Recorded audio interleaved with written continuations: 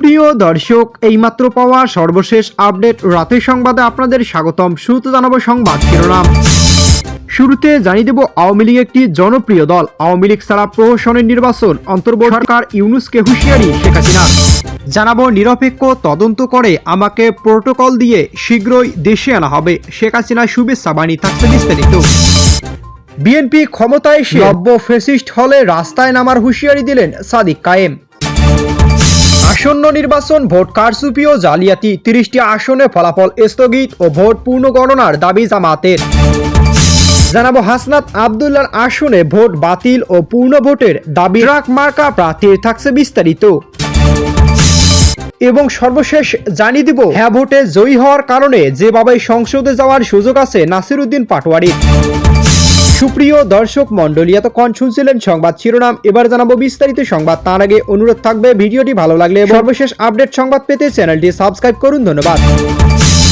অবৈধ অসাংবিধানিকভাবে ক্ষমতা দখলকারী খুনি ফ্যাসিস্ট ইউনূসের প্রহসনের নির্বাচন প্রত্যাখ্যান করায় মা বোন, সংখ্যালঘু সম্প্রদায় সহ সকল দেশবাসীর প্রতি জননেত্রী শেখ হাসিনা ধন্যবাদ ও কৃতজ্ঞতা। অবৈধ ও অসাংবিধানিক উপায়ে ক্ষমতা দখলকারী ইউনূসের আজকের তথাকথিত একটি সুপরিকল্পিত প্রহসন জনগণের ভোটাধিকার, গণতান্ত্রিক মূল্যবোধ ও সাংবিধানিক চেতনাকে বৃদ্ধাঙ্গুলি দেখিয়ে আয়োজন করা হয়েছে আওয়ামী লীগবিহীন ভোটবিহীন প্রতারণামূলক নির্বাচন। এদিকে গত 11 ফেব্রুয়ারির পর থেকেই ভোট কেন্দ্র দখল, গোলাগুলি, ভোট কেনাবেচায় টাকা সরাসরি, ব্যালট পেপার সিল প্রদান এবং ফলাফল শিটে এজেন্টদের স্বাক্ষর গ্রহণের মধ্য দিয়েই এই প্রহসনের সূচনা হয়। 12 ফেব্রুয়ারি সকাল থেকে সারা দেশে অধিকাংশ ভোট কেন্দ্রে ভোটার উপস্থিতি ছিল একেবারেই নগণ্য। রাজধানী সহ দেশের বিভিন্ন স্থানে বহু ভোট কেন্দ্র ছিল সম্পূর্ণ ভোটার শূন্য। বিগত কয়েকদিন ধরে আওয়ামী লীগ ভোটার সমর্থক, শুভান্যধায়ী ও সংখ্যালঘু সম্প্রদায়ের ওপর লাগাতার হামলা, গ্রেফতার, ভয়ভীতি প্রদর্শন ও আতঙ্ক সৃষ্টি করে জোরপূর্বক ভোট কেন্দ্রে নেওয়ার চেষ্টা অব্যাহত ছিল। তবুও সকল ভয়ভীতি উপেক্ষা করে তারা এই প্রতারণামূলক নির্বাচন বর্জন ও প্রত্যাখ্যান করেছে। অধিকাংশ ভোট কেন্দ্রেই ছিল কার্যত ভোটার শূন্য। এই ভোটবিহীন, অবৈধ ও অসাংবিধানিক নির্বাচন বাতিল, খুনি ফ্যাসিস্ট ইউনূস পদত্যাগ নিশ্চিতকরণ, সকল রাজবন্দী সহ শিক্ষা, সাংবাদিক, বুদ্ধিজীবী সহ সকল পেশাজীবীর মিথ্যা মামলা প্রত্যাহার, মুক্তি, আওয়ামী লীগের কার্যক্রমের উপর আরোপিত স্থগিতাদেশ প্রত্যাহার এবং নিরপেক্ষ তত্ত্বাবধায়ক সরকারের অধীনে অবাধ, সুষ্ঠু, অন্তর্ভুক্তিমূলক নির্বাচন আয়োজনের মধ্য দিয়ে জনগণের ভোটাধিকার ফিরিয়ে দেবার দাবি জানাচ্ছেন। প্রোটোকল দিয়ে আমাকে বনবাসী দিয়ে গেল, বলেন শেখ হাসিনা। দেশ ছাড়ার কোনো পরিকল্পনা ছিল না, এমনকি বিষয় তিনি জানতেনও না। সম্প্রতি সামাজিক যোগাযোগ মাধ্যমে ছড়িয়ে পড়া এক ভিডিও বার্তায় এমন দাবি করেছেন সাবেক প্রধানমন্ত্রী শেখ হাসিনা। তিনি বলেছেন, টুঙ্গিপাড়ায় নিজ বাড়িতে ফিরে যেতে চেয়েছিলেন, কিন্তু সীমান্তে পৌঁছানোর পর জানতে পারেন তাকে অন্য জায়গায় নিয়ে যাওয়া হচ্ছে। ভিডিওতে শেখ হাসিনা 5 আগস্ট ঘটনা প্রবাহ, দেশ ত্যাগ ও পরবর্তী পরিস্থিতি নিয়ে কথা বলেছেন। সেখানে তিনি দাবি করেন তাকে এক প্রকার বনবাসে পাঠানো হয়েছে। ভিডিওর শুরুতে দেশ ত্যাগের প্রেক্ষাপট নিয়ে শেখ হাসিনা বলেন, আমি কখনোই ভাবিনি যে আমার দেশ ছেড়ে আসতে হবে, আমি জানতামও না। তিনি উল্লেখ করেন, গণভবন যখন ঘেরাও করা হয় তখন প্রাণহানি এড়াতে নিরাপত্তা রক্ষীদের গুলি না চালানোর নির্দেশ দিয়েছিলেন। সাবেক প্রধানমন্ত্রী বলেন, আমার সিকিউরিটি যারা ছিল তারা আমাকে ওখান থেকে সরিয়ে নিয়ে বললাম আমি টুঙ্গিপাড়ায় চলে যাব, আমি থাকবোই না। বাংলাদেশের উন্নয়নের লক্ষ্যে পূরণ করে উল্লেখ করে তিনি বলেন, আমার যেটা লক্ষ্য, বাংলাদেশকে উন্নয়নশীল দেশের মর্যাদা উন্নীত করে দিয়েছি, এটাই যথেষ্ট। ফের রাস্তায় নামার হুঁশিয়ারি দিলেন সাদিক কায়েম। জুলাই পরবর্তী বাংলাদেশের সহিংসতা ও শিক্ষার্থীদের ওপর হামলা ঘটনার উদ্বেগ প্রকাশ করেছেন ঢাকা বিশ্ববিদ্যালয় কেন্দ্রীয় ছাত্র সংসদের ডাকসুর ভিপি সাদিক কায়েম। সম্প্রতি মারামারি ও হানাহানির রাজনীতি বন্ধ না হলে ছাত্র জনতা আবার রাস্তায় নামবে বলে হুঁশিয়ারি দিয়েছেন তিনি।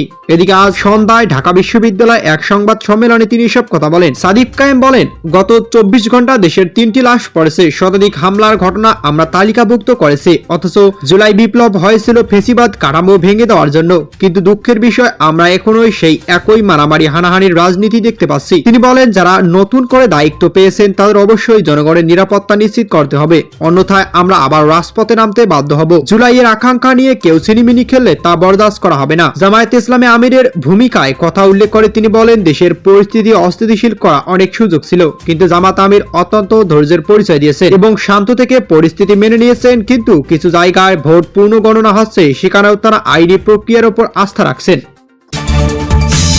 30 আসনের ফলাফল স্থগিত ও ভোট পুনঃগণনার দাবি জামাতের। ত্রয়োদশ জাতীয় সংসদ নির্বাচনে 30টি আসনে ভোট কারচুপির অভিযোগ তুলেছে বাংলাদেশ জামাত ইসলামী। এসব আসনে ভোটের ফলাফল স্থগিত ও পুনঃগণনা সহ আইনি পদক্ষেপ নেওয়া হবে বলেও জানিয়েছেন জামাত ইসলামী সহকারী সেক্রেটারি জেনারেল ও মুখপাত্র এহসানুল মাহবুব জুবায়ের। এদিকে আজ জামাতের কেন্দ্রীয় কার্যালয়ে আয়োজিত এক সংবাদ সম্মেলনে এমন তথ্য জানান তিনি। মাহবুব জুবায়ের বলেন, দেশের মানুষ একটি সুষ্ঠু সুন্দর নির্বাচন আশা করছে। ইতিমধ্যেই নির্বাচন সম্পূর্ণ হয়েছে, যদিও সেই নির্বাচন অনেক ক্ষেত্রেই কারচুপি জালিয়াতি হয়েছে এবং ভোট প্রদানের ক্ষেত্রে বাধা দেওয়া হয়েছে। এজেন্টদের বের করে দেওয়া সহ বিভিন্ন ধরনের পরিস্থিতি তৈরি হয়েছে, যা আমরা আগেও বলেছি। জামাত এই সহকারী সেক্রেটারি জেনারেল বলেন, এখন পর্যন্ত আমরা প্রায় 30টি আসনে ধরনের চরম অব্যবস্থাপনা দেখেছি, যেখানে ভোট জালিয়াতি হয়েছে, কারচুপি হয়েছে, এসব কাগজ রেজাল্ট শিট দেওয়া হয়েছে, সেখানে ওভার রাইটিং কাটাকাটি হয়েছে, ঘষা মাজা হয়েছে। আমরা নির্বাচন দিনে এসব বিষয়গুলো তাৎক্ষণিকভাবে রিটার্নিং অফিসার সহ ঊর্ধ্বতন কর্মকর্তাদের জানিয়েছিলাম।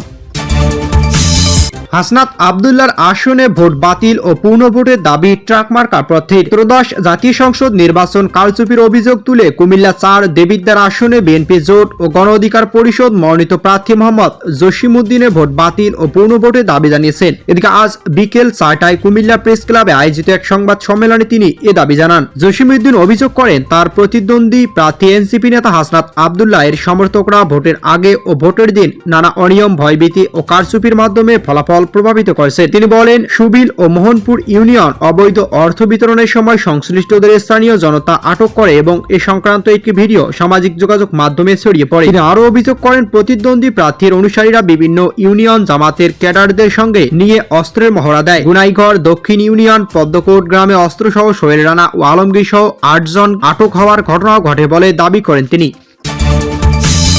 যেভাবে সংসদে যাওয়ার সুযোগ আছে নাসিরউদ্দিন পাটোয়ারি, ভোটের লড়াই ব্যবধানে মাত্র 5209 ঢাকা 8 আসনে বিএনপি হেভিওয়েট প্রার্থী মির্জা আব্বাসের কাছে হাড্ডাহাড্ডি লড়াইয়ের হেরে রাজপথে আলোচিত মুখ নাসিরউদ্দিন পাটোয়ারি এখন টক অব দ্য কান্ট্রি। তবে নির্বাচনী ময়দানে এই পরাজয় কি তার সংসদ যাত্রা শেষ? মোটেও না, বরং জুলাই সনদ আর গণভোট, নতুন সমীকরণ, জাতীয় সংসদ উচ্চকক্ষে সিনেট পা রাখার পথে অনেকটা এগিয়ে আছেন এনসিপির এই মুখ্য সমন্বয়ক। গত 12 ফেব্রুয়ারি নির্বাচনকে মির্জা আব্বাস 59,336 ভোট পেয়ে বিজয়ী হলেও 54,127 ভোট পেয়ে চমক দেখিয়েছেন নাসিরউদ্দিন। জুলাই সনদে আলোকে গঠিতব্য 100 সদস্যের উচ্চকক্ষ দলগুলো প্রাপ্ত ভোটার শতকরা হারের ভিত্তিতে সদস্য মনোনীত হবেন। এনসিপি এবার 30টি আসনে লড়াই করে মোট 22,69,631 ভোট সংগ্রহ করেছে, যা মোট সংগৃহীত ভোটের 3.21%। এই গাণিতিক হিসাব উচ্চকক্ষে এনসিপির অন্তত 3টি আসন পাওয়ার জোরালো সম্ভাবনা তৈরি হয়েছে।